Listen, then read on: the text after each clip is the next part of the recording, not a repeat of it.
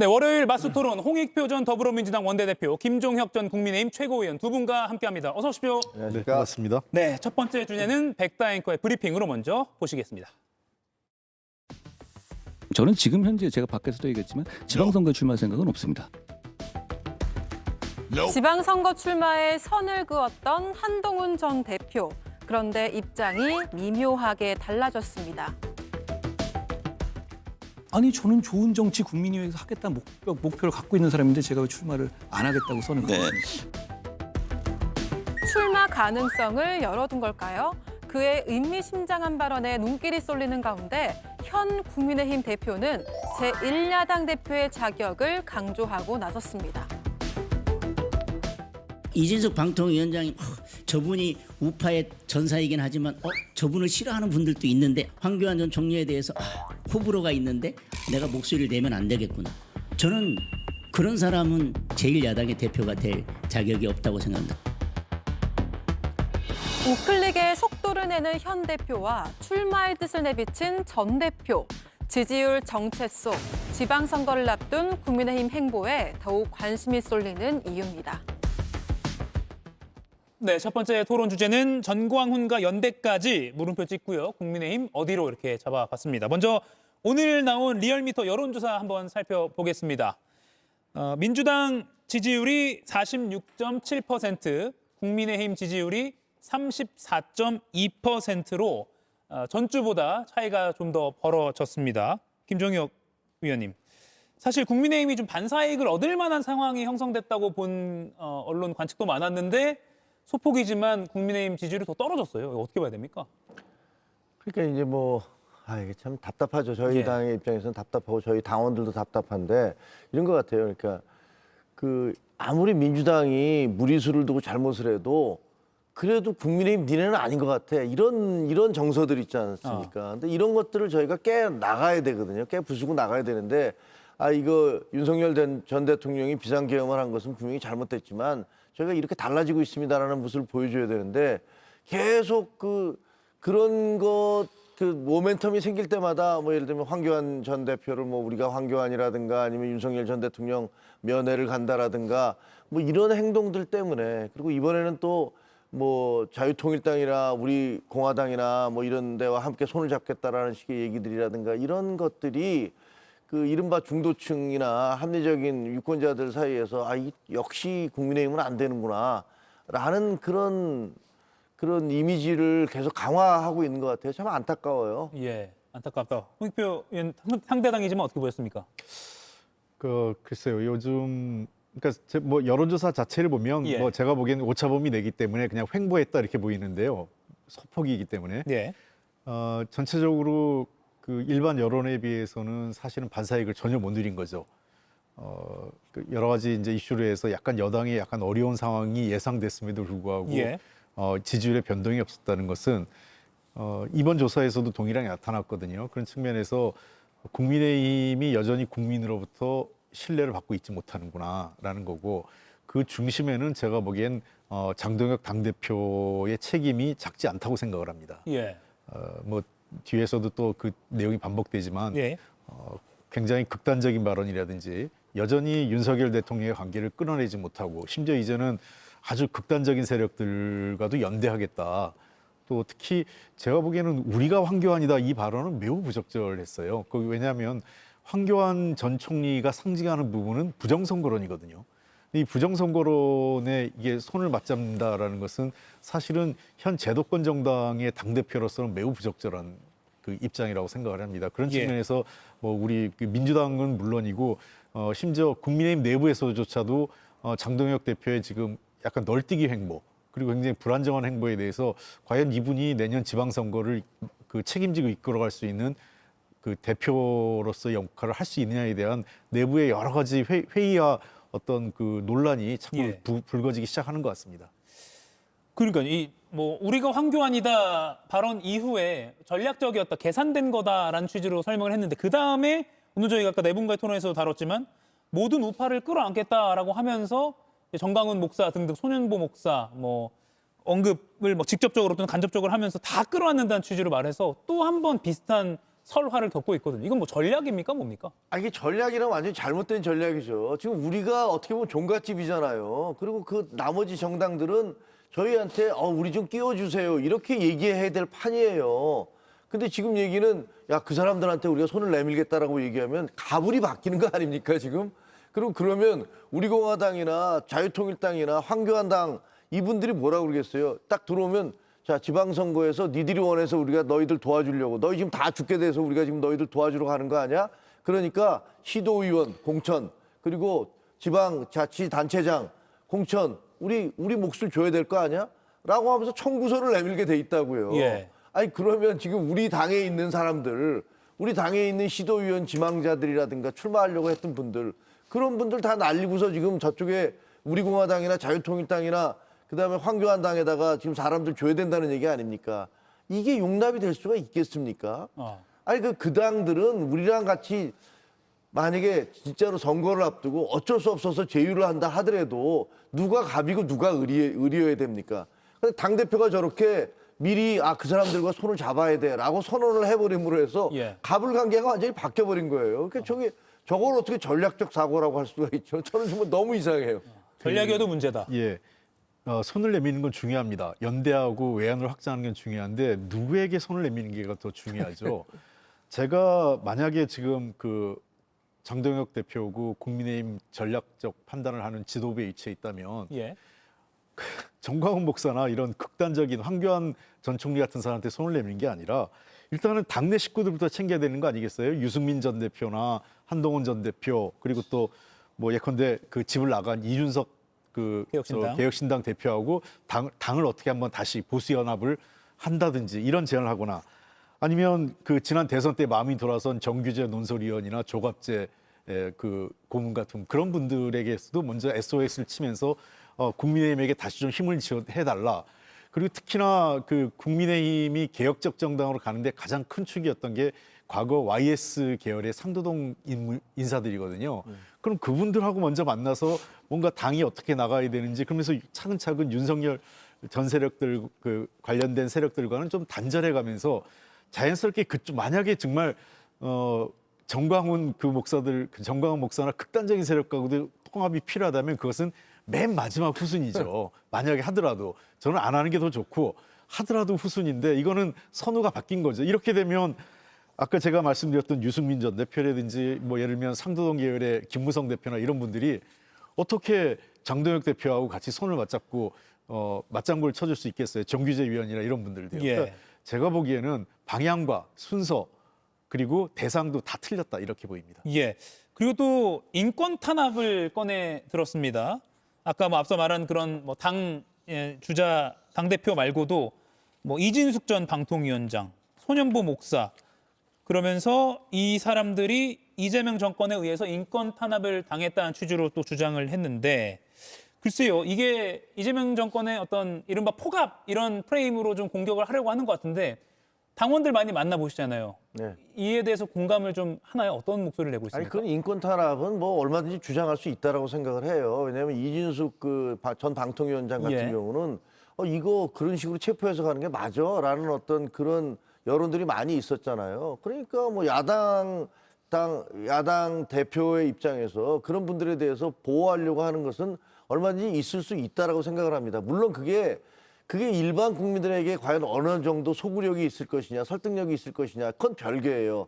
하지만 야당 대표로서는 뭐 어쨌든 이렇게 공격당하니까 막는 것들에 대해서 그런 것까지 뭐라고 얘기하고 싶은 생각은 없습니다. 그럴 수 예. 있다라고 생각을 하는데 나머지 부분들에 대해서 예를 들면 뭐 우리가 황교안이라든가 아니면 뭐 윤석열 전 대통령에 대한 얘기라든가 이런 것들은 그거는 일반 상식과 너무나 떨어진 것이어서 그런 발언들 때문에 지금 우리가 중도층을 껴안지 못하고 있다라는 생각이 들어요. 예. 송원석 국민의힘 원내대표는 이렇게 말했습니다. 우리 당에 윤 대통령 없다 이렇게 거듭 언급을 했습니다. 물론 이제 당적 여부가 뭐 전부는 아니긴 한데 악의적인 선동이 일정 부분 반영된 거다라고 말을 했습니다. 장 대표와는 좀 다른 결의 주장을 하고 뭐 수습을 한다고 봐야 될까요? 어떻게 저 발언 보십니까? 그러니까 장동혁 대표보다는 송원석 원내대표가 조금 더 현실적인 판단을 하는 거죠. 그러니까 그럼에도 이제 송원석 원내대표도 잘 못하는 거죠. 그러니까 제대로 확실하게 끊어낼 걸 끊어내고 장동혁 대표를 설득해가면서 가야 되는데 지금 보기에는 장동혁 대표는 너무 소위 말해서 나서서 저렇게 윤호개인하고 사실 극단적인 세력과 손을 잡고 송원석 대표는 일이 벌어지고 나면 수습하는 차원에서 저렇게 얘기하는데 물론 당적은 없죠. 그러나 그렇다고 한 번이라도 국민의힘이 윤석열 전 대통령이 벌였던 비상경과 내란 행위에 대해서 확실하게 사과하고 이제는 우리가 그런 과거의 역사를 절연하겠다. 흔히 과거에 박근혜 대통령 시절에 이준석 당대표가 되고 나서 탄핵의 강을 건너자 이렇게 얘기했지 않습니까? 예. 그런 것 같은 확실하게 비상계엄과 내란 탄핵의 강을 건너자라는 그런 확실한 절연이 있어야 되는 건데 그걸 아무도 못하고 있는 거 아니에요. 그러다 보니까 여전히 국민의힘은 윤석열 전 대통령과 어떠한 형태든 맞물려 있고 저희 민주당 입장에서는 정치 공세적 성격도 있죠. 저도 부인하지 않습니다. 그런데 정치 공세하기에 딱 좋은 모양새를 국민의힘 스스로 자초하고 있는 거 아니겠어요? 그러니까 저거는 국민의힘이 내란 세력 또는 내란쟁 정당이라는 그런 비판을 받고 위헌 정당 해산을 걱정하게 되는 것은 민주당이 압박하는 것도 있겠지만 저는 국민의힘 스스로 자승자박, 자기들이 불러일으킨 일이다 이렇게 보입니다. 소재를 계속 제공하는 게 국민의힘이다. 예. 방금 한숨 쉬신 건 우연히 쉬신 것이죠? 답답하죠. 예. 우리가 허물을 벗어야 되는데 그 허물을 다시 뒤집어 쓰고 있잖아요. 그래갖고요 어떻게 이러면 안 된다는 생각이 드는데 어쨌든 당 지도부가 그렇게 나가고 계시니까 옆에서 지켜보기 참 답답합니다. 예. 그 시간을 좀 거슬러 올라가서요. 장동혁 대표가 국민의힘 당대표로 선출되기 직전의 상황 보면 이른바 반탄 후보로 굉장히 강경하게 무대에서 발언을 했고 이게 당대표 되고 나서는 계속 이렇게 갈 수 없을 거야. 조금은 좌측으로 1도씩 이동할 거야라고 예상을 했는데 지금 생각보다 기간이 이제 지났는데도 계속 뭔가 우클릭 행보가 더 강화되고 있거든요. 이거는 내년 지방선거까지 생각해 보면 계속 이렇게 간다고 보십니까? 아니면 나중에는 변화할 거라고 생각하시면 아니면 주변의 전략가들이 잘못 말을 해주고 있다고 생각하십니까? 저는 진짜 이해가 잘 안 돼요. 예. 전략적으로 볼 때 이거 홍 의원님도 계시지만 일반 상식으로 보면은 이렇게 하면 안 된다는 게 너무나 뻔한 거 아닙니까? 너무 이렇게 좌충우돌적인 행동이 많은 것 같아요. 윤석열 전 대통령 면에도 한참 우리가 그 국정감사를 하면서 상당히 기세를 올리고 있을 때 예. 거기 가서 죄를 확 뿌려놓고 그다음에 윤억에 이번에 이제 우리가 황교안이다라는 그런 주장 역시 마찬가지고 전체가 모인 데서 그런 얘기를 해버렸잖아요. 그러니까 그게 갑자기 또 그 논란으로 확 뒤집어진 그런 것도 있지 않습니까? 그래서 이런 식으로 왜 자꾸만 그리고 광주를 방문한 것도 월간 매달 가겠다라고 예. 얘기하시는데 그게 과연 우리한테 무슨 도움이 되지? 당 지지도에 무슨 도움이 되지? 그리고 싸우는 방식도 지금 보면은 대부분 이제 매일 당원들한테 그리고 무슨 당협위원장들한테 와라. 그럼 언제 갑작스럽게 내일 어디까지 와라 이렇게 얘기를 하시잖아요. 근데 그거는 이제 우리들끼리 하는 거는 나름대로 그 내부 결석을 다진다라는 측면이 있긴 하지만 그것도 계속 이어지면 아주 지치거든요. 예. 근데 그거 외에 일반 국민들에게 소구력을 가지고 설득력 있게 논리적으로 접근을 해야지 우리 지지도가 올라가지 여기서 우리들끼리 모여서 맨날 피켓 들고 한다고 해서 그 지지도가 올라가지 않는다는 것은 지난번에 당대표가 되신 다음에 계속 해온 행동들을 통해서 입증이 됐지 않습니까? 그러면 다른 방법으로 어떻게 우리가 설득력을 가지고 소구력을 가지고 국민들에게 접근할까를 고민해야 되는데 그런 부분들은 좀 부족하다 이런 생각이 들어요. 예. 제가 보기에는 모르겠습니다. 제가 그 옆에서 지켜보지 못했기 때문에 섣불리 판단하기 뭐하지만 두 가지 중에 하나거나 두 가지가 다 동시에 작용하거나 이럴 것 같아요. 하나는 어떤 철학이나 가치, 전략적 판단에 기초하기보다는 지지자들에 취해서 그때그때 상황 판단을 하는 것. 이게 하나의 가능성이 있고요.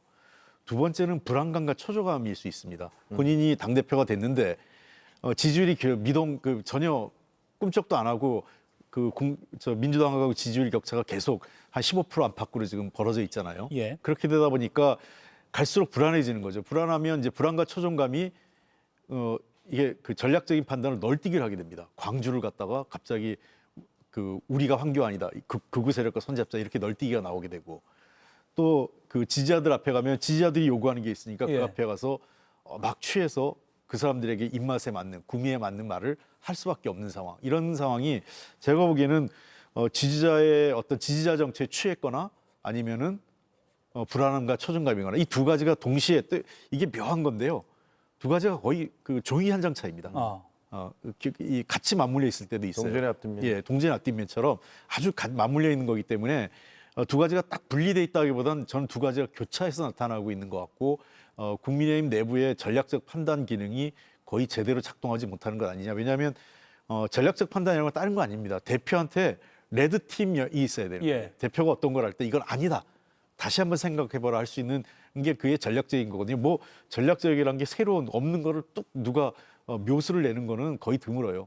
뭔가 할 때 한 번 더 신중하게 그리고 한 번 더 숙고할 수 있는 그러한 그 상황을 만들어주는 게 전략적 판단입니다. 지금 전략적 행동 얘기하셨잖아요. 예. 근데 참 중요한 말씀이잖아요. 근데 이번에 예를 들면 항소 포기 사태를 보면 사실 이게 그 한동훈 전 대표가 그날 밤 12시 자정에 검찰은 자살했습니다라는 그런 메시지를 내면서 공격을 시작하지 않았다면 아마 그냥 법사위에서 그냥 여야 간에 한두 마디 공방하다가 끝나버리고 덮여버렸을 가능성이 큰 사안이에요.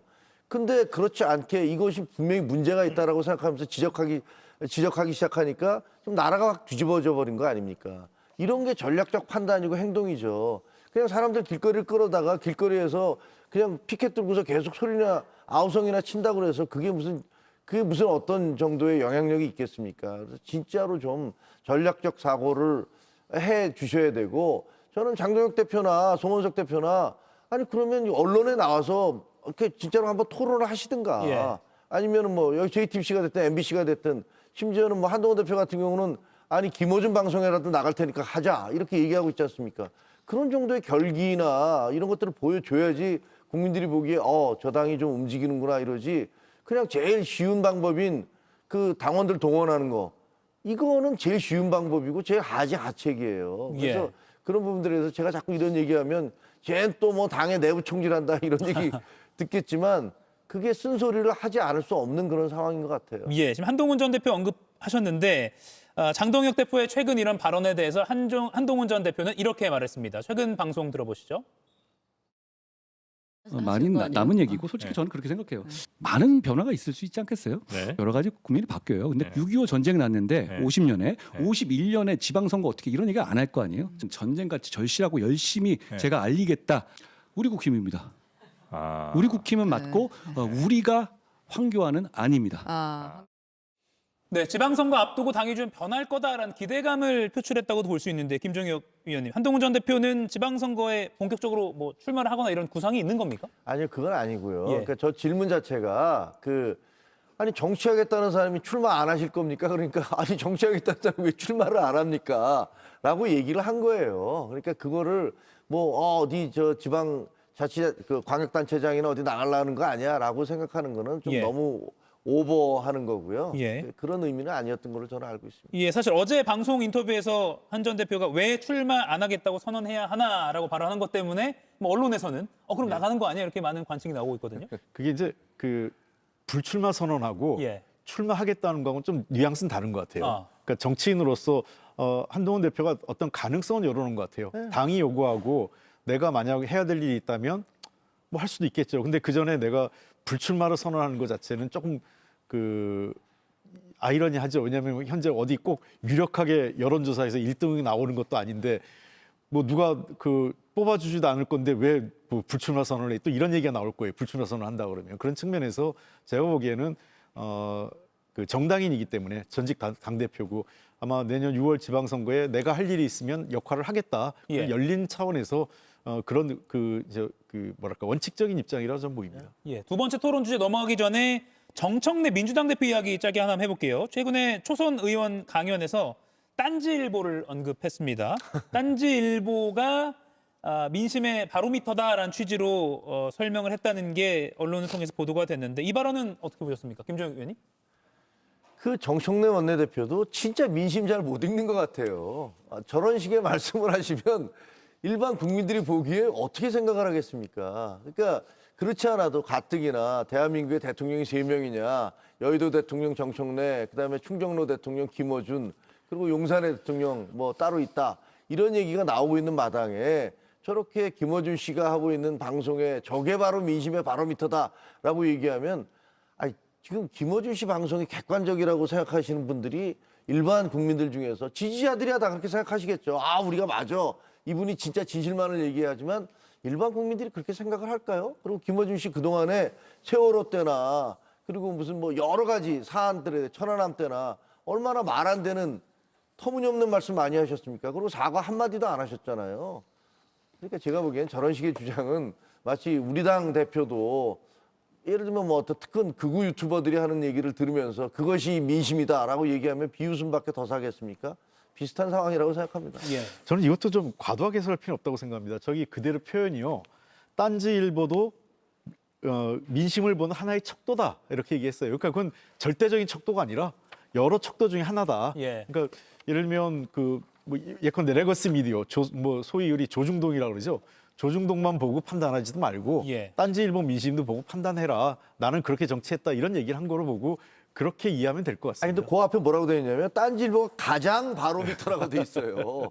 가장 바로미터. 그러니까 그 정청래 대표의 성장 과정에서는 딴지일보의 민심이 매우 중요했고 본인은 그래서 정치적으로 당대표가 되는 과정에 매우 성공적으로 활용을 했다 이런 의미도 있거든요. 그러니까 그것은 정치인은 자기가 각자가 중요하게 보는 여러 가지 척도가 있어요. 그러니까 정청래는 자신의 경험을 얘기한 거고 또 다른 정치인들은 또 다른 척도를 쓰는 거고 그러니까 민주당 의원들이 모두 딴지일보만 보라 이런 의미는 아니라고 생각합니다. 예. 이가혁 라이브를 시청해 주셔서 고맙습니다. 이가혁 라이브는 평일 오후 5시 TV와 유튜브로 실시간으로도 함께 하실 수 있습니다.